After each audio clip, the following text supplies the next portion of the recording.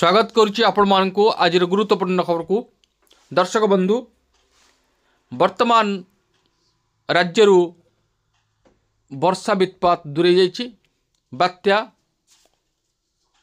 काल बैशाखी ए सबु वर्तमान अपसरी जाइछि।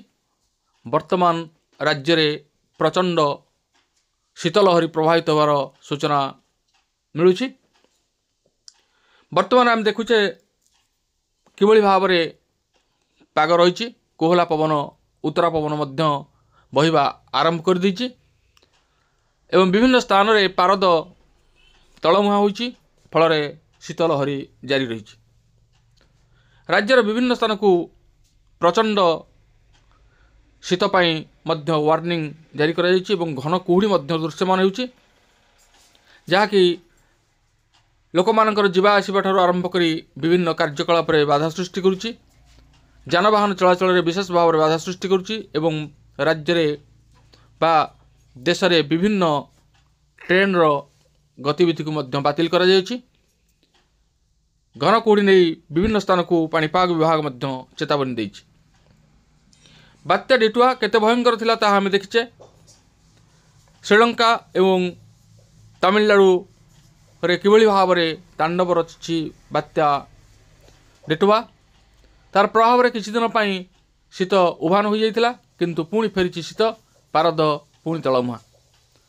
तेबे राज्य रे विभिन्न स्थान रे शीतलहरी जारी रहिछि।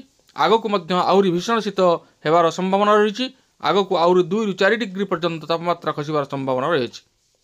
पाणीपाग विभाग चेताई दैछि जे ए वर्ष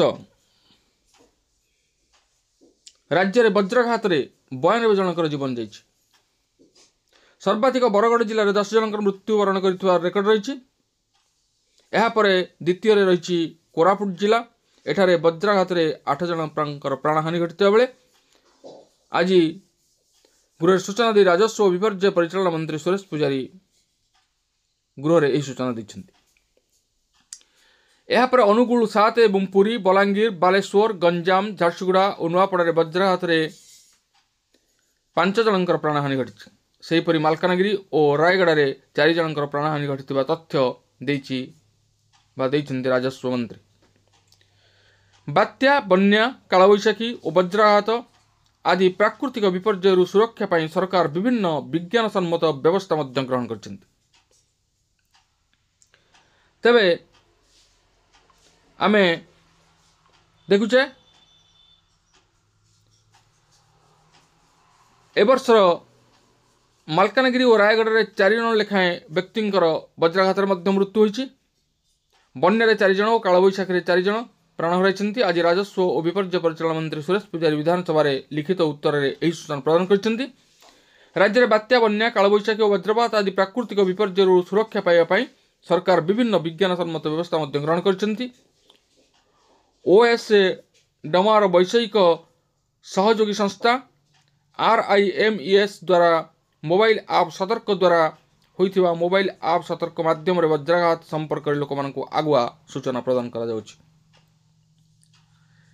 ओडिशा राज्य विपर्यय परिचालन कर्तृपक्ष वज्रघात मुकाबिला और यार प्रभाव को ह्रास और प्रशमन पाई NDMA सहयोग में एक प्रकल्प आरंभ करछन्ति। या द्वारा विभिन्न टेक्नोलोजी को व्यवहार करी वज्रघात जनित मृत्यु हार ह्रास करा जाय परिबो।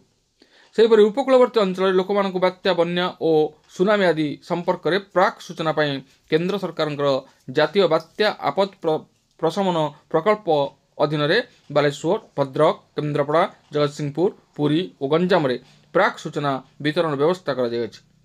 राज्यर गोपालपुर पारादीप ठारे डप्लर राडार स्थापन करा जायथिबा बेले वृष्टिपात बन्या आदि प्राकृतिक विपर्यय पई आगुआ सूचना दिया जाउछि बोली राजस्व मंत्री सुरेश पुजारी सूचना प्रदान करछन्ति।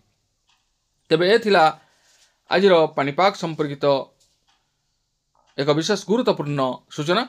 आज पई एतिक पुणी देखा हबा आगामी वीडियो रे। रहुछि धन्यवाद नमस्कार।